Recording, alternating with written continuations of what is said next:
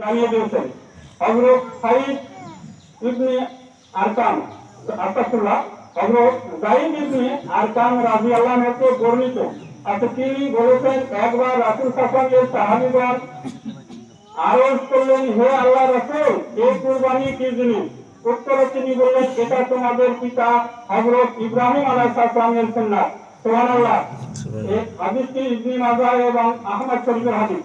রাসূল সাল্লাল্লাহু বলেছেন, কুরবানির পশুর প্রতিটি লোম ও পশমের বদলায় একটি করে নেকি দেওয়া হবে।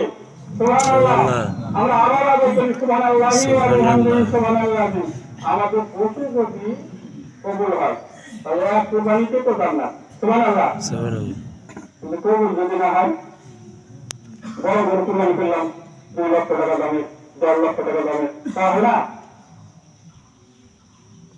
কার কত বড় জন্তু এটা আল্লাহ দেখবেন, এটা আল্লাহ দেখবে না। আল্লাহ বলছেন, লাইয়ানালাল্লাহা লুহুমুহা ওয়ালা দিমাউহা ওয়ালাকিন ইয়ানালুহু তাকওয়া মিনকুম।